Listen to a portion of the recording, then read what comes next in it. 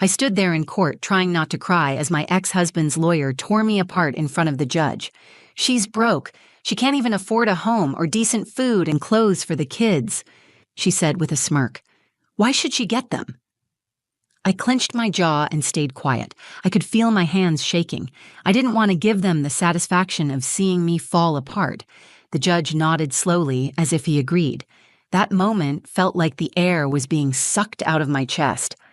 All I could think about were my children, Luca and Aria. What would happen if they were taken from me and handed over to a man who only cared about control and appearances? I couldn't afford a lawyer like his. I couldn't afford anything, really. I was barely holding on. But I was here. I showed up. And I was doing everything I could for my kids. Then, just as I felt myself slipping into that quiet panic where your body is still but your thoughts are screaming, my 7-year-old son stood up. "Mom," he said loud enough for the courtroom to hear, "can I show the judge the letter I found in Dad's safe?" The room froze. Everyone turned. Derek stiffened. His lawyer blinked like she'd just been slapped. Even the judge stopped mid-sentence. I didn't know what letter Luca meant. My heart pounded. He had never said anything about a letter, but I nodded. And as he walked toward the bench with that folded piece of paper in his small hand, everything changed. I wasn't always the kind of woman who sat in court afraid to speak. I used to be confident. I had a job I loved, friends I laughed with, dreams that felt real. But when I married Derek, things changed slowly, and then all at once. He wasn't always cruel. In the beginning, he was charming, generous, and convincing. He told me I didn't need to work. He said I should stay home, raise the kids, and let him handle the money. "You've done enough," he said once. "You deserve rest."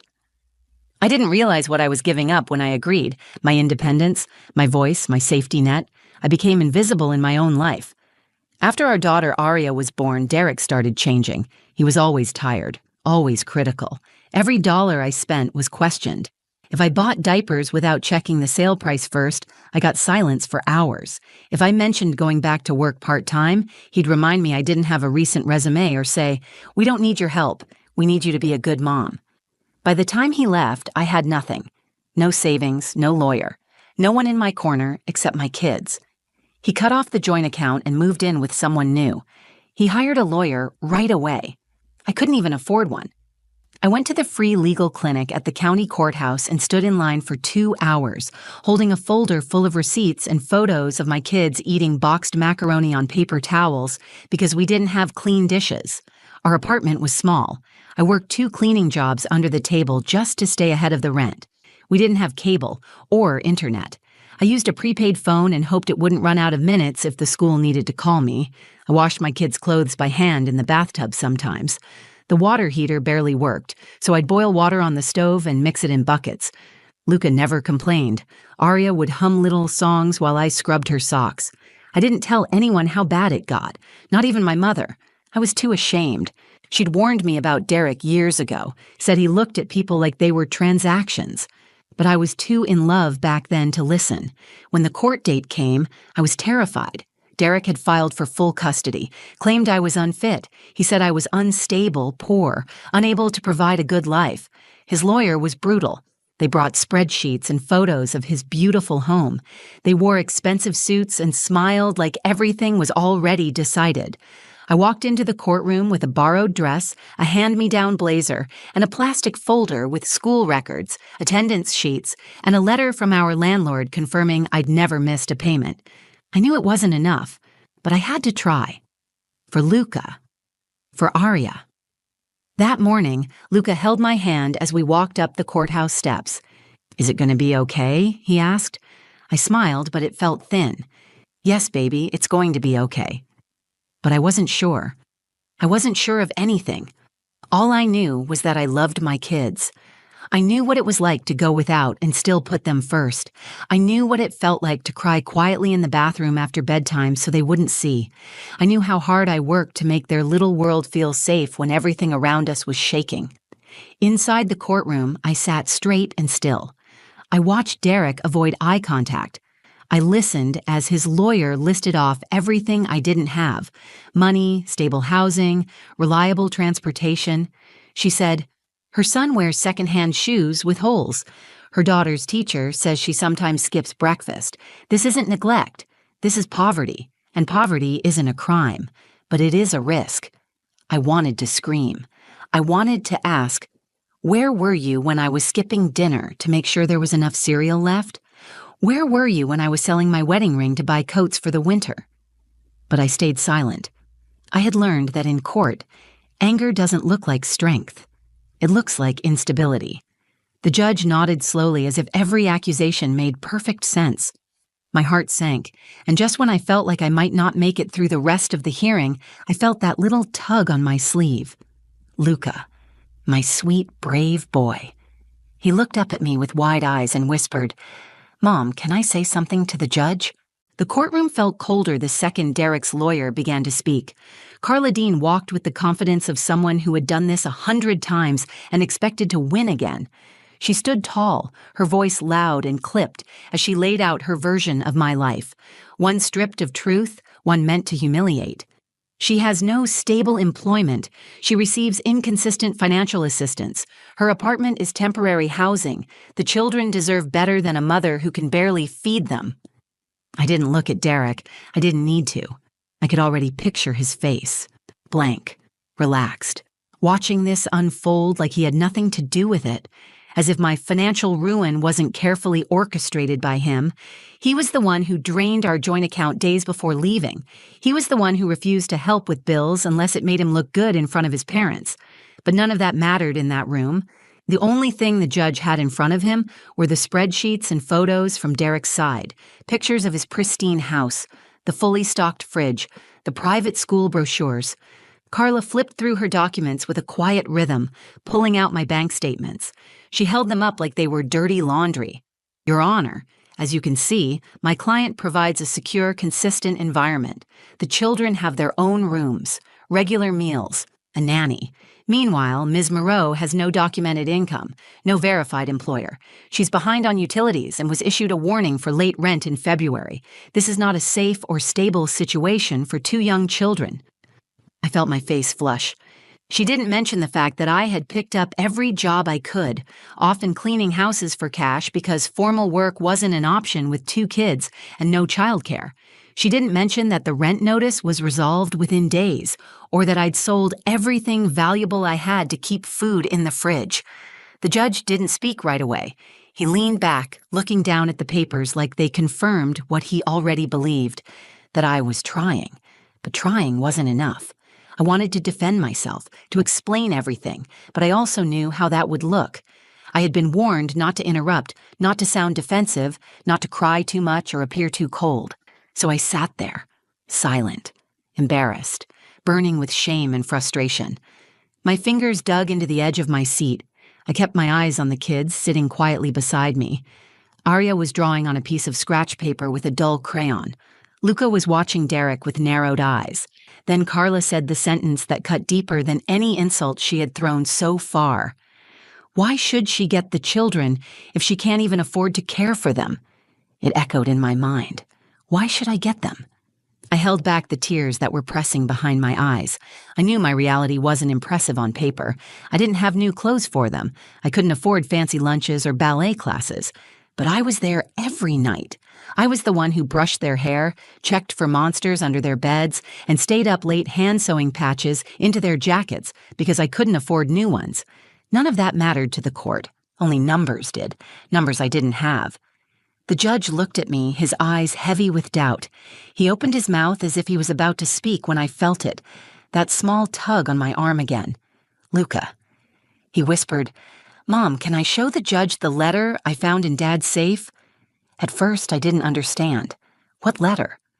I stared at him, confused, until he pulled a folded paper from his coat pocket and held it up. My stomach turned. I didn't know what it was, but something in Derek's posture shifted. He sat up straighter. Carla's eyes locked on the paper. "Luca, what is that?" I asked softly. He didn't answer me. He looked at the judge. "Can I give this to you?" he asked. The judge looked surprised but nodded. "Bring it here." Luca stepped forward, small and steady, walked past the row of polished suits and wide eyes, and handed the letter to the judge with both hands. The room fell into a strange, heavy silence. I could see Derek start to sweat. Carla turned to him, whispering something quickly, her confidence faltering for the first time. The judge unfolded the paper. I watched his eyes move across the words. His expression changed slowly. Confusion, then realization, then something sharper. He looked up, directly at Derek. "Mr. Moreau," he said, "would you like to explain this?" The moment the judge spoke those words, the temperature in the courtroom seemed to shift. Derek's eyes widened. He opened his mouth but said nothing. Carla leaned toward him quickly, whispering again, but this time her voice carried a thread of urgency. Whatever was written on that piece of paper, it had shaken something loose. I leaned forward, my heart hammering, trying to read the judge's face. He held the letter in both hands and looked down at it again, his brow furrowed. Then he read it aloud. To Derek Moreau, from L. Becker, CPA. Subject, Strategic Financial Shielding, Divorce Prep. Then he paused, glancing at the courtroom, then back at Derek. "This is a financial strategy letter, dated 3 months before your divorce was filed. It details instructions for opening offshore accounts, transferring assets to shell LLCs, and minimizing reported income in order to influence custody and support proceedings. It includes the line, quote, 'Keep primary custody if possible, but at minimum ensure she has little ground for legal appeal by appearing financially stable and morally sound.'" He stopped reading. The silence in the courtroom wasn't just quiet, it was suffocating. Every eye was now on Derek. Even Carla looked stunned. She turned her head slowly toward him, whispering something that sounded like, "Is this real?" I didn't move. I couldn't. I was frozen between disbelief and a kind of quiet rage that had no outlet. I had suspected things. I knew Derek was strategic, cold when it came to money, and ruthless when it came to getting what he wanted. But to see it in writing, to hear a judge read it out loud in front of my children, was something I never imagined. The judge lowered the letter and placed it neatly on the bench in front of him. Then he looked back at Derek and said, "You were intentionally misleading this court. You've attempted to manipulate the outcome of these proceedings through financial deception. This letter is a direct attempt to use wealth and calculated dishonesty to deny your children access to their mother." Derek stood up abruptly. "That letter is old. It wasn't used. It's not even—" "Sit down, Mr. Moreau," the judge snapped. The authority in his voice startled everyone. Aria looked up from her drawing and reached for my hand. I wrapped my arm around her without looking away from the judge. He turned his attention back to me. "Miss Moreau, were you aware of this letter before today?" "No, Your Honor," I said. "This is the first time I've seen or heard of it." "And your son found it?" I nodded, my throat tightening. "Yes. He never mentioned it until now." Luca looked up at me then. "I thought it might help. I found it when I was looking for my tablet at Dad's house. I didn't want to get anyone in trouble, but I didn't want us to lose." The judge stared at him for a long moment. Then something softened in his expression. "You did the right thing, young man," he said. He turned back to Carla Dean. "I will be reviewing this document in full and pausing this hearing for a formal inquiry into Mr. Moreau's financial conduct. In the meantime, primary custody will remain with Ms. Moreau, with temporary suspension of the defendant's parenting time until this matter is resolved." The words sank in, slowly. I heard them, but my body didn't react at first. It was like my brain needed a moment to make sure I hadn't imagined them. When they finally registered, I felt my knees tremble. I sat down hard, pulling both of my kids into my arms. Carla Dean stood silent, lips pressed together, arms folded tightly. She didn't argue. She couldn't. The damage was done. Derek didn't say another word. After the judge left the bench, the bailiff dismissed the court. I stayed seated, arms wrapped around my children like they were the only thing anchoring me to the ground. Luca leaned into me and whispered, "Did I mess up?" "No, baby," I said. "You saved us." He nodded once and didn't say anything else. He didn't need to. I finally understood what kind of strength it takes for a child to carry something like that. And I realized something else. The fight wasn't over. But for the first time in a long time, it felt like the truth had a real chance. I walked out of the courtroom that day holding my kids' hands, barely feeling the ground beneath my feet. My legs were moving, but my mind was somewhere else. I kept replaying the judge's words in my head, trying to believe them. He had stopped the hearing. He had suspended Derek's parenting time. He had believed me, or at least he had finally seen the truth for himself. Outside, the air was cold. Luca let go of my hand to zip up Arya's coat. I watched him, feeling a rush of gratitude that I didn't have words for yet. How do you thank a child for something like that? Or standing up and doing what no adult in that courtroom had the courage to do? A few days later, the court ordered a formal investigation into Derek's financial activity. I met with a court-appointed investigator, a woman named Ms. Trent, who listened carefully, took notes, and never once looked at me like I was less than. She reviewed the letter, asked questions about our finances during the marriage, and requested permission to pull all relevant tax records and asset disclosures from both sides. I agreed without hesitation. I had nothing to hide. Derek, on the other hand, did. Within a week, his house of cards started to fall. The investigator uncovered multiple accounts registered to shell companies in Nevada and Delaware.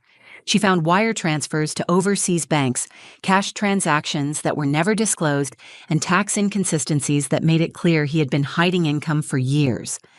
Every time I received an update, I felt something slowly rebuilding inside me. Trust in my own memory, confidence in my instincts, and belief that maybe, just maybe, justice could exist. For so long, I had been made to feel like I was imagining things.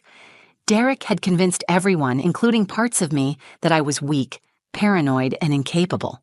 But now, the facts were proving otherwise. The final hearing came faster than I expected. When I walked into the courtroom again, this time with legal representation provided by a domestic support advocacy group, I stood taller. I wasn't wearing borrowed clothes. I had found part-time work cleaning offices and had saved enough for a modest black dress and sturdy heels. Small things, but they felt like armor. Derek looked different, too. The confidence was gone. His new lawyer spoke in short, tight sentences. There were no smug glances, no fake smiles. The courtroom had shifted. The judge entered and began the session with a statement. This court has reviewed the financial investigation into Mr. Moreau and finds substantial evidence of willful non-disclosure, asset concealment, and manipulation of income to gain an advantage in these proceedings. This behavior directly contradicts the best interests of the children involved. He paused and looked down at me. Ms. Moreau, in light of these findings and your demonstrated commitment to your children's well-being under difficult circumstances, this court grants you full physical and legal custody of Luca and Arya. Mr. Moreau is ordered to pay backdated child support and will be subject to monitored visitation pending further review. I didn't cry right away. I think part of me was still bracing for the moment to be taken away, for someone to say there was a mistake or a change, but no one spoke. The judge signed the order. The gavel fell. It was real. Arya squealed quietly and hugged my waist. Luca squeezed my hand. He didn't smile, but his eyes were shining, steady and sure. That night, we had pancakes for dinner and danced to music on the radio. Nothing fancy, just us in our tiny kitchen, laughing until the sound filled every corner of the apartment. I sat on the floor afterward, holding them both on my lap. Arya was singing. Luca was drawing something on a notepad. When I looked down, I saw what he had written, a picture of a house with 3 stick figures. Above it, he'd written, "Home is where Mom is." That letter he found was more than just a piece of evidence. It was a lifeline, a doorway out of fear and into something that finally felt like peace. He could have hidden it, thrown it away, ignored it. But he didn't. Because even at 7 years old, my son knew right from wrong. And in a courtroom full of adults, he was the one brave enough to tell the truth. It's been 6 months since that day in court, but I still think about it often. Not just the moment the judge ruled in my favor, or the look on Derek's face, but the quiet strength it took to get there. The kind of strength that doesn't come from power or money, but from love. The kind that keeps going when everything else is gone. After the ruling, life didn't become perfect. I still worked long hours. I still budgeted every grocery trip down to the last dollar. I still picked up secondhand clothes and clipped coupons and said no to things other families might take for granted. But the fear was gone. The constant pressure, the feeling that someone was waiting to take everything away, that was over. Derek made a few attempts to regain control. He filed a motion to reduce his support payments, then tried to question the monitored visitation requirements. But the evidence was strong, and the court stood firm. He showed up to his scheduled visitations 3 times, then stopped trying. I didn't explain it to the kids in too much detail. I only told them what they needed to know. Their dad wasn't ready to be consistent, and they deserved people who showed up and stayed. They stopped asking after a while. Luca still talks about the letter sometimes. One evening, we were sitting on the couch, and he asked, "Was I in trouble for taking it?" I shook my head and looked him in the eye. "No, baby, you were brave. You told the truth when it mattered most." He nodded like he understood and leaned his head on my shoulder. That moment reminded me of how easily children carry burdens we don't even see. He had carried that piece of paper for weeks. He had waited for the right time to speak. He had chosen justice when no one asked him to.